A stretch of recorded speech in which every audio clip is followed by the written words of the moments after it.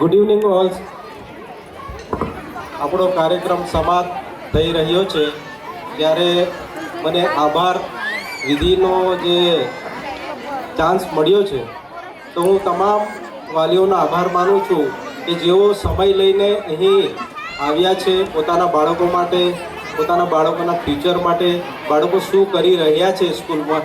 આપણે અત્યારે જોઈ ગયા જે કૃતિઓ હતી, ડાન્સ હતી, કોડિંગ હતું. જે કોડિંગ કદાચ તમને સમજમાં ન આવ્યું હોય, પરંતુ જે કોડિંગ છે એ કોડિંગ થકી આપણે એપ્સ બનાવી શકીએ. આપણે જે મોબાઈલમાં પ્લે સ્ટોરમાં જે એપ્સ હોય છે એ એપ્સ બનાવી શકીએ છીએ. પછી વેબસાઇટ ક્રિએટ કરી શકીએ છીએ. એના માટે બી કોડિંગની જરૂર છે. આપણે ગેમ રમીએ છીએ તો ગેમ બનાવવા માટે કોડિંગનો ઉપયોગ થાય છે.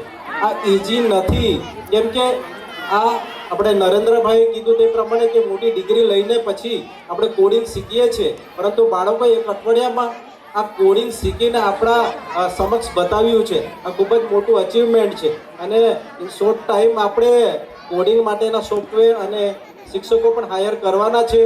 અને આપણી સ્કૂલ ફક્ત એજ્યુકેશન એટલે ભણવાનું છે, ટીચર બનવાનું છે, આપણે એવું વિચારતા નથી. પણ આપણી સ્કૂલ જે છે એ સ્પોર્ટ્સમાં બી છોકરાઓમાં જે એમની કાબિલિયત છે, એમનામાં જે યોગ્યતા છે કે સ્પોર્ટ્સમાં બી જઈ શકે, પછી ચિત્રકલામાં જઈ શકે.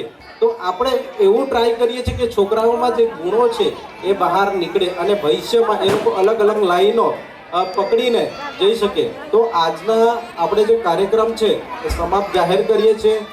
આજે હું જે પ્રાથમિક શિક્ષણ અધિકારી નરેન્દ્રભાઈ આવ્યા હતા એમનો આભાર માનું છું.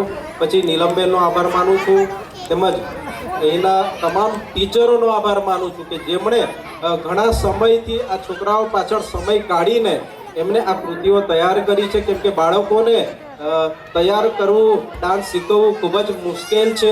તો ટીચરોનો બી આભાર માનું છું અને આ કાર્યક્રમ પૂર્ણ જાહેર કરીએ છીએ.